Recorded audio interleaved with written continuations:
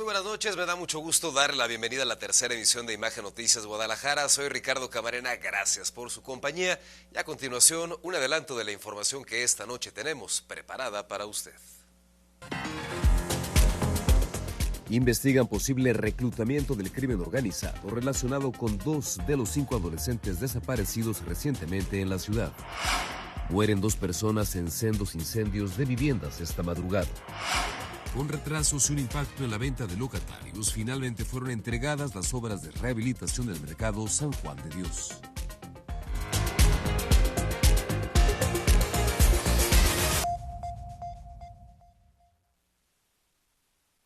En Jalisco es obligado sin duda a revisar qué pasa con los jóvenes.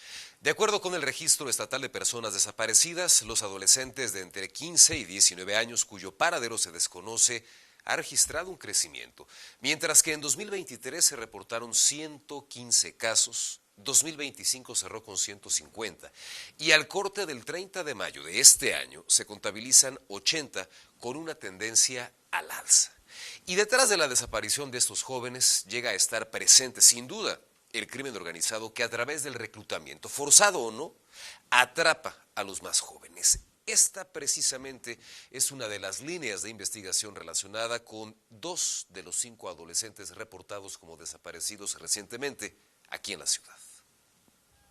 A una semana de que se reportara la desaparición de 5 adolescentes en distintos municipios de Jalisco, las autoridades confirmaron que no existe evidencia de que los casos estén conectados entre sí. Aunque las investigaciones avanzan de manera paralela, las autoridades explicaron que los jóvenes desaparecieron en diferentes lugares y bajo circunstancias distintas, por lo que cada carpeta de investigación se trabaja por separado. No hay una relación establecida aún entre los casos, es decir, no se está acreditado que las víctimas estén juntas o que se hayan ido juntos o que sean amigos o que se hayan puesto de acuerdo de ninguna manera, puesto que las desapariciones suceden en municipios diferentes.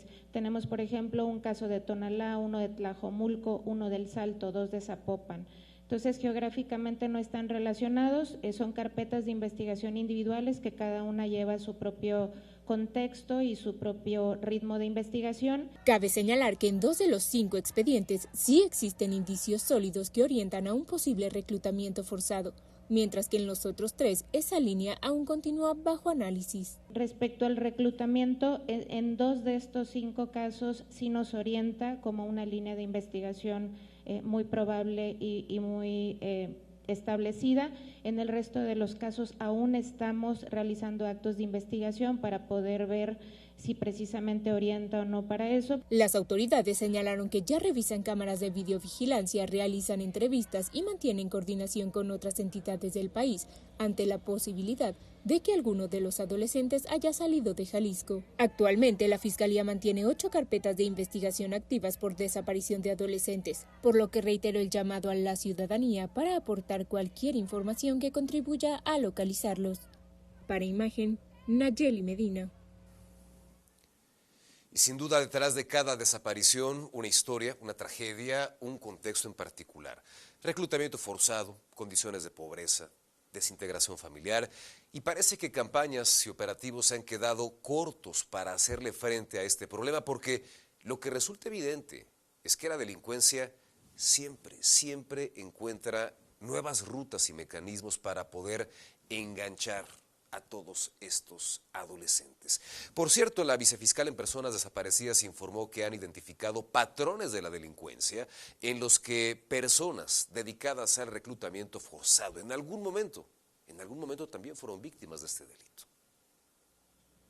Mira, sí es una situación detectada y documentada donde muchas veces la invitación proviene de alguna persona conocida que ya estuvo en ese esquema. Entonces, sí ha sucedido en algunas investigaciones y obviamente también es parte de nuestro trabajo el definir el esquema de responsabilidades penales que puede tener una persona por invitar a un adolescente a este tipo de situaciones. Por cierto, las autoridades alertaron sobre una nueva modalidad de fraude dirigida a familiares de personas desaparecidas en el que presuntos delincuentes solicitan pagos por supuestas pruebas de ADN. Estos sujetos piden este dinero a través de correos electrónicos acompañados de documentos apócrifos, piratas, por supuesto, que imitan los formatos oficiales. Y aunque este tipo de fraudes solo se ha detectado en el estado de Sonora, las autoridades hacen un llamado a la población para no caer en estafas y recordaron que los servicios del Instituto Jalisciense de Ciencias Forenses son totalmente gratuitos y que en caso de cualquier duda o intimidación hay que reportarlo inmediatamente a las autoridades.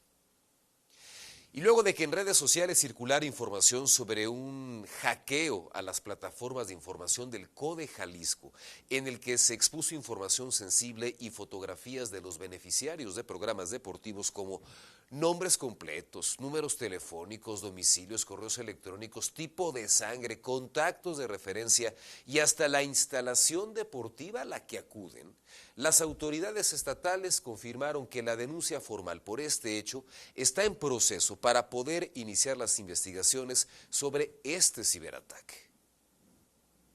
Respecto del hackeo del CODE, comentarles que en este momento aún no contamos con una denuncia de manera formal interpuesta, pero a través de la comunicación que se tiene con las diversas instancias del gobierno de Jalisco, nos informan que el día de hoy estarían presentando la denuncia correspondiente.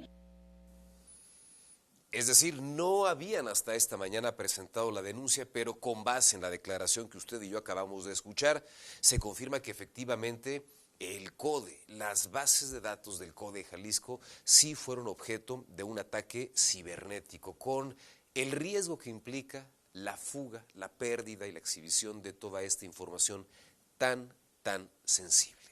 Fue capturado un presunto responsable del homicidio de un prestamista en Zapopan.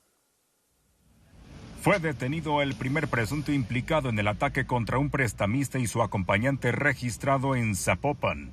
Se trata de Brian N., quien fue capturado en el municipio de Tlajomulco durante un operativo conjunto entre la Policía Estatal y la Fiscalía del Estado. De acuerdo con las autoridades, lo anterior se deriva por trabajos de inteligencia, análisis de información y el uso de la unidad de drones, el C2 Móvil Cybertruck y el C5 Jalisco. Los hechos por los que es investigado ocurrieron el pasado 14 de julio sobre la avenida Base Aérea en su cruce con la calle Pera, donde un entrenador de gimnasio de 38 años fue asesinado a balazos. En el ataque también resultó gravemente herido Javier Corona, de 42 años, quien recibió al menos 8 impactos de bala y quien se dedicaba a realizar préstamos. De acuerdo con las investigaciones, las víctimas fueron atacadas cuando se encontraban afuera de un taller mecánico.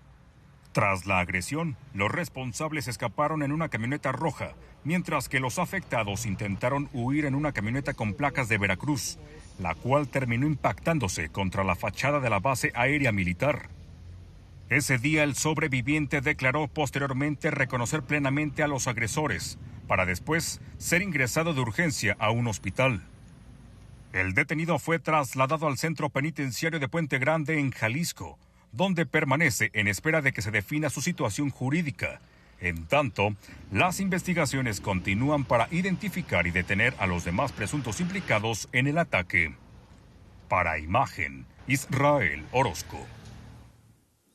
Hablemos ahora de incendios que lamentablemente durante las últimas horas en nuestra ciudad arrojan un saldo fatal. Vayamos al primero de ellos. Una mujer de la tercera edad perdió la vida en un siniestro de estas características registrado en su casa, ahí en la colonia Moderna de Guadalajara.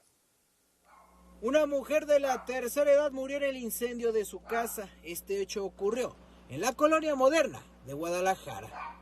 De acuerdo con fuentes policiales, el fatal siniestro fue a consecuencia de una veladora. A las 11 de la noche del miércoles, el 911 alertó al Cuerpo de Bomberos de Guadalajara de una casa de la cual salía una espesa estela de humo.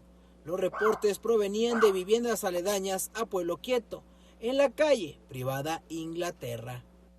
Arribamos al punto, era una casa de un nivel, el cual se procedió a hacer una entrada forzada ya que tenía una cadena, se rompió un eslabón con unas cizallas, procedimos a ingresar. La primera búsqueda inicial, encontramos una persona fallecida en un cuarto de 3x3 aproximadamente. Fuentes de seguridad señalaron que el reporte de 911 fue realizado por la pareja sentimental de la fallecida, así como varios vecinos.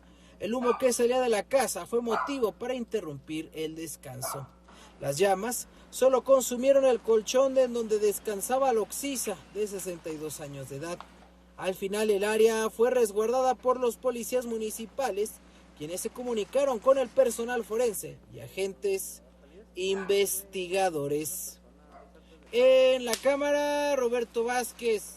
Para imagen, Humberto González.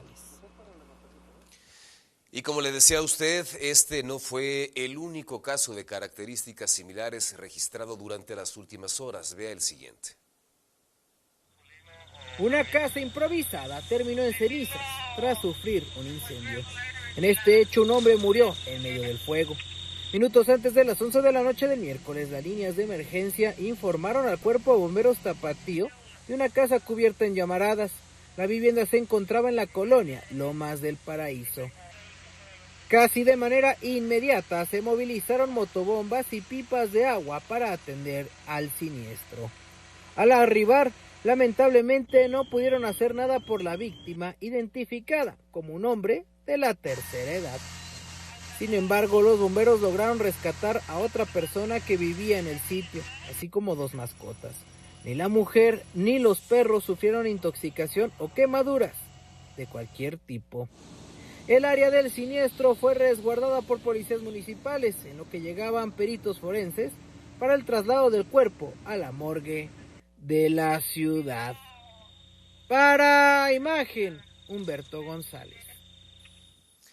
Bueno, le hemos informado de diferentes socavones que se han formado aquí en la zona metropolitana. Revisemos esta noche el de la colonia General Real en Guadalajara.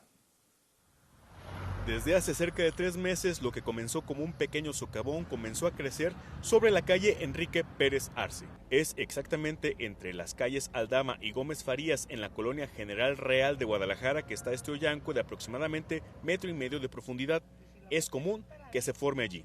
Está exactamente a mitad de la vialidad, lo cual complica el tránsito debido a que los vehículos que vienen por el lado izquierdo tienen que frenar antes de cambiar de carril, lo cual ya ha provocado accidentes. En sí hace como 4 años ya se había hecho y un camarada cayó adentro del pozo. Y ahora que se volvió a formar, con eso que me refiere de que vienen los carros atrás, ¿sí ha habido choques? Pues ese mismo camarada que cayó que hace 3 años volvió a caer por en su moto en el pozo pequeño ese y se tropezó pues. De acuerdo con los propios vecinos, solo acudió la Unidad Municipal de Protección Civil y Bomberos de Guadalajara, revisó y colocó la cinta, pero las llamadas a las dependencias correspondientes son constantes. Hemos hecho reportes y no han venido. Inclusive un vecino reportó, vinieron y checaron, pero hasta ahí nada más. Pero también como pasa mucho tráiler pesado, pues sí se cimbra mucho y tenemos miedo de que se vaya, ahora sí como quien dice, a caer un tráiler o un carro más o menos. Cuando oscurece, el peligro incrementa. De todos modos, o sea, en la noche, todo lo que ve ahí puesto, se lo llevan los carros. El problema es que si un carro pesado pasa, sí pasan trailers y camiones y puede caer, inclusive si no tienen esos costales, los de las motos pueden tropezar y darse un buen golpe. Refirieron que conforme comenzó la temporada de lluvia, el socavón empezó a extenderse. Temen que pueda venirse abajo el concreto debido a que ya está hueco. Por este motivo solicitan a las autoridades que atiendan con urgencia el llamado. Para imagen, Carlos Carrizales. Aunque no estuvo listo para recibir a los turistas durante el Mundial, finalmente hoy fue entregada la rehabilitación del mercado San Juan de Dios. La rehabilitación del Mercado Libertad o San Juan de Dios fue entregada por la presidenta de Guadalajara, Verónica Delgadillo, con una inversión de 37 millones de pesos. Entre lo más notable es un mural de mosaicos que se alcanza a observar desde el segundo piso. El mural multicolor fue realizado por el artista José Dávila, con más de 33,000 mosaicos. Entre las obras también se encuentra la renovación del sistema contra incendios, instalación de un sistema de ventilación y extracción en el patio central, nueva red eléctrica subterránea y remodelación del patio de maniobras. La intervención fue más a fondo porque estuvo a punto de colapsar el patio central. Abajo había socavones de hasta 2 metros, a punto de que se nos cayera uno de los pasillos. Los locales frágiles que se podían caer en algún momento crítico. Las instalaciones eléctricas también críticas, las hidrosanitarias críticas porque desde su construcción no se le había intervenido al mercado. Acá la opinión de algunos locatarios. Pues un poco molestia, pero pues bien, estuvo bonita la remodelación. El polvaderón, la escarbadera, pero bueno, valió la pena porque añales que no le hacían nada a San Juan. Nos arreglaron todo esto, los lavadores era un caos, aquí había socavones, entonces para nosotros nos benefició. El Mercado Libertad, también San Juan de Dios, fue inaugurado el 30 de diciembre de 1958 y su obra estuvo a cargo del célebre arquitecto Alejandro Son. Desde entonces no se había remodelado. Para Imagen, Ernesto Gómez Camacho.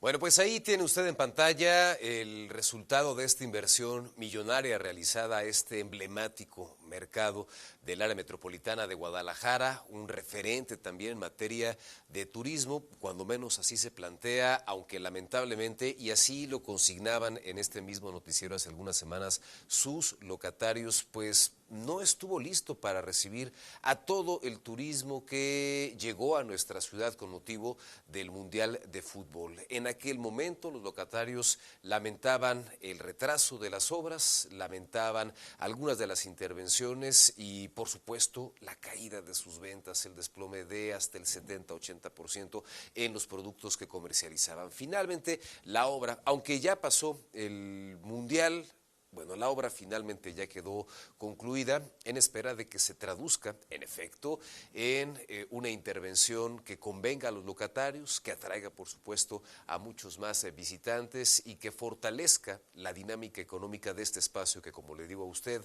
bueno, es un referente. Antes de despedirnos, mire, le comparto el siguiente servicio social, ojalá usted esté en posibilidad de colaborar. Hilda Patricia Orozco está solicitando donadores de sangre tipo A positivo. Si usted está en posibilidad de colaborar, le invito a comunicarse al teléfono que aparece en pantalla, 33 31 89 02 96. Nos vamos, gracias, buenas noches.